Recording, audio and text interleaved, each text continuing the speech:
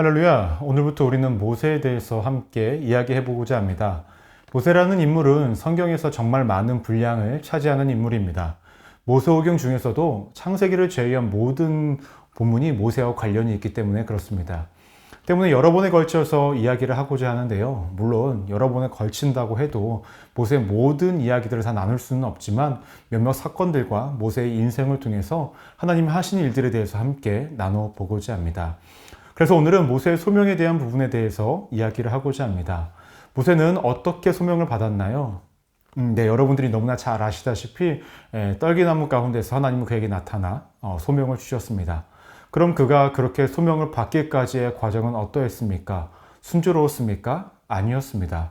우리가 영화나 각종 매체들을 통해서 보면 한 사람의 영웅이 나타나기까지는 많은 우여곡절과 어려움이 존재한다는 것을 잘 알고 계실 것입니다.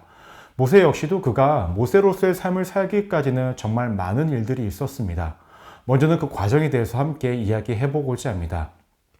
모세가 태어난 시점에는 애굽 왕 바로가 히브리 사람들 중에 아들로 태어난 모든 아이들을 죽이라고 명령했던 시기였습니다. 이때 모세가 태어난 것입니다. 그러나 모세의 부모는 모세를 죽이지 않고 3개월간 몰래 키우게 됩니다. 하지만 아이가 자라남에 따라서 더 이상 숨길 수가 없는 상황이 되자 아이를 갈대상자에 넣어서 나일강에 흘려보내게 됩니다. 이때 나일강가에서 목욕을 하고 있던 바로의 딸이 모세를 발견하게 되고 모세를 키우게 되는 것입니다. 물론 바로의 딸이 직접 키운 것이라기보다는 왕궁에서 모세가 성장할 수 있게 된 것입니다. 실질적으로는 모세의 치운 엄마가 왕궁에서 유모의 역할을 하게 되며 모세를 키우게 됩니다. 이때 모세는 커가는 과정 속에서 자신이 히브리 사람이라는 것을 알게 되었을 것이고 히브리 교육도 받게 됩니다. 여기서 우리가 한 가지 넘겨 짚고 갈 것이 한 가지가 있습니다. 그것이 무엇이냐면 모세의 이름의 뜻이 무엇인가 라는 것이죠. 모세의 이름의 뜻은 물에서 건짐을 받은 자라는 뜻을 가지고 있습니다. 즉 물에서 구원받은 자라는 것이죠. 그럼 모세에게 하나님께서 주신 사명은 무엇이었습니까? 이스라엘 백성들을 애굽으로부터 구원하는 것이었습니다. 그래서 광야에서 살아가고 있던 모세는 다시금 애굽으로 보내신 것입니다. 이러한 사명은 모세 혼자만의 전유물일까요? 그렇지는 않습니다. 이 같은 사명은 우리에게도 동일하게 주어진 사명입니다. 우리는 이미 하나님의 사랑으로 구원을 받은 사람들입니다. 그렇다면 우리는 어떻게 해야 할까요? 모세와 같이 우리도 아직 하나님을 알지 못하는 이들을 향해 나아가야 한다는 것입니다.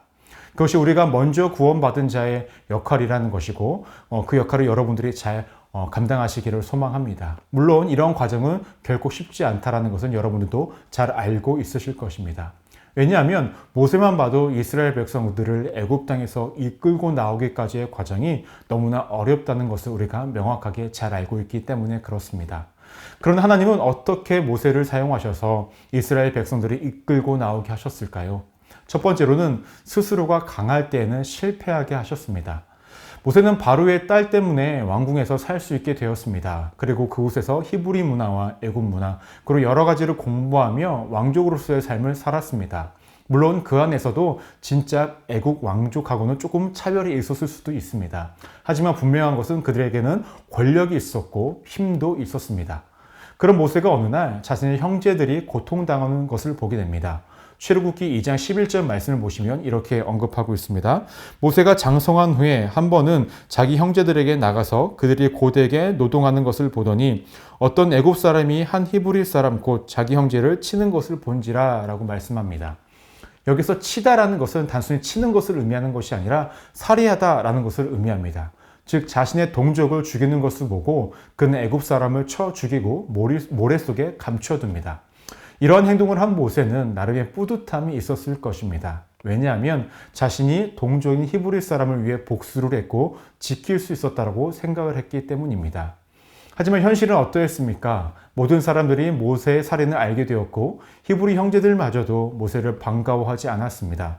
왜냐하면 히브리 사람들은 모세를 히브리 사람으로 여긴 것이 아니라 자신들 위해서 군림하는 존재로 정도로만 생각을 했기 때문에 그렇습니다. 이에 모세는 모든 것들을 다 버리고 애굽 땅을 떠나 미디안 땅으로 가게 됩니다. 모세는 분명 자신에게 힘이 있다라고 생각을 했습니다. 그리고 자신에게 무엇인가를 할 수 있다라고 생각을 했습니다. 하지만 결론적으로 그는 아무것도 할 수 없는 존재였다는 것이죠.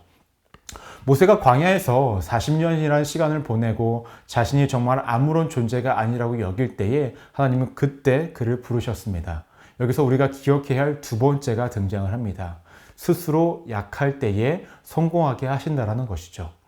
모세는 광야에서 40년이라는 세월을 보냅니다. 그리고 그곳에서 평범하게 결혼을 하고 가축을 치면서 살아가게 됩니다.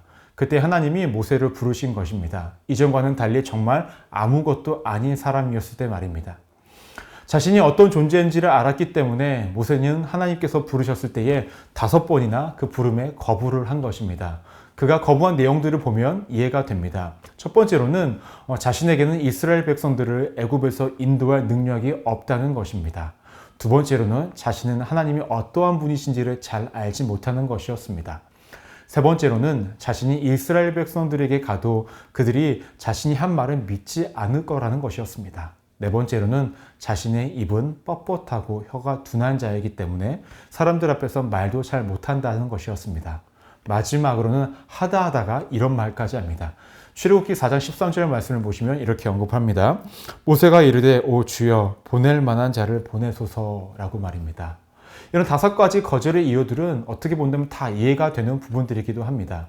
하지만 모세가 간과한 것이 있었습니다. 그것은 무엇이냐면 하나님은 모세에게 특별한 것을 요구하신 것이 아니었습니다. 우선 가라고만 하셨습니다. 그리고 나머지는 내가 알아서 한다는 것이었습니다. 하지만 모세는 자신이 현재 가진 능력과 힘에 초점을 맞추다 보니까 현실을 부정한 것이었습니다. 하지만 결과는 어떠했습니까? 결국 모든 것들은 하나님께서 일하셨고 하나님이 인도하심에 따라 이스라엘 백성들을 출애굽에서 인도할 수 있었다는 것이죠. 오늘은 모세의 이야기들 중 소명에 대해서 이야기를 했지만 그 내용은 우리 신앙생활에 있어서 꼭 기억되어져야만 하는 부분들입니다. 하나님은 언제나 자신이 일하시길 원하시지 우리가 일하는 것을 원하지 않으십니다. 때문에 우리는 나 스스로가 가진 능력과 힘에 초점을 맞추기보다는 하나님이 가지신 권능과 그분의 뜻에 초점을 맞춰서 살아가야 한다는 것입니다. 그럴 때 하나님은 일하시고 우리를 인도해 가시는 것입니다.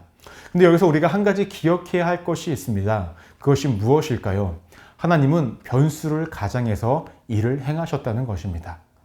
모세가 당시에 왕국에서 교육을 받고 성장하기까지는 정말 많은 변수들이 있었습니다. 먼저는 많은 히브리 남자아이들이 죽음을 피할 수 없었습니다. 하지만 모세는 피할 수 있었다는 것이었죠. 또한 갈대상자에 넣어 나일강으로 흘려보냈을 때에 때마침 바로의 딸이 있을 확률은 얼마나 되었겠습니까? 그리고 그 딸이 히브리 남자아이를 살려줄 것이라고 누가 생각이나 했겠습니까? 더욱이 유모를 구할 때에 순조롭게 모세의 친모가 모세를 양육할 수 있는 확률은 얼마나 되었겠습니까? 이렇게 본다면 하나님은 우연을 가장해서 많은 변수를 고려해서 일하고 계셨다는 것을 우리가 알 수 있습니다. 이것이 하나님의 방법인 것입니다. 하나님은 우리를 인도하실 때도 그러하고 우리를 쓰시고자 하실 때도 그렇고 우리 인간들이 생각할 수 있는 방법 그대로를 하시는 것이 아니라 모든 변수를 고려하시고 우연을 가장한 하나님의 방법으로 그분의 뜻을 이뤄 가신다는 것을 우리가 알 수 있습니다. 하나님을 믿지 않는 사람들은 분명 우연이라고 말을 할 것입니다. 하지만 하나님께는 우연은 존재하지 않습니다. 모든 것들을 다 알고 고려하신 것입니다. 하나님은 분명 우리 스스로가 강할 때 일하시지 않으십니다. 우리가 모든 것들을 내려놓을 때 그때 일하시는 것입니다. 그리고 그분의 방법은 변수가 많은 우리들의 인생 속에서 모든 것들을 다 고려하고 계산하시면서 일하십니다. 이런 하나님의 인도하심과 방법을 인정하며 살아간다면 우리는 분명 하나님의 강함을, 하나님의 일하심을 경험할 수 있을 것입니다.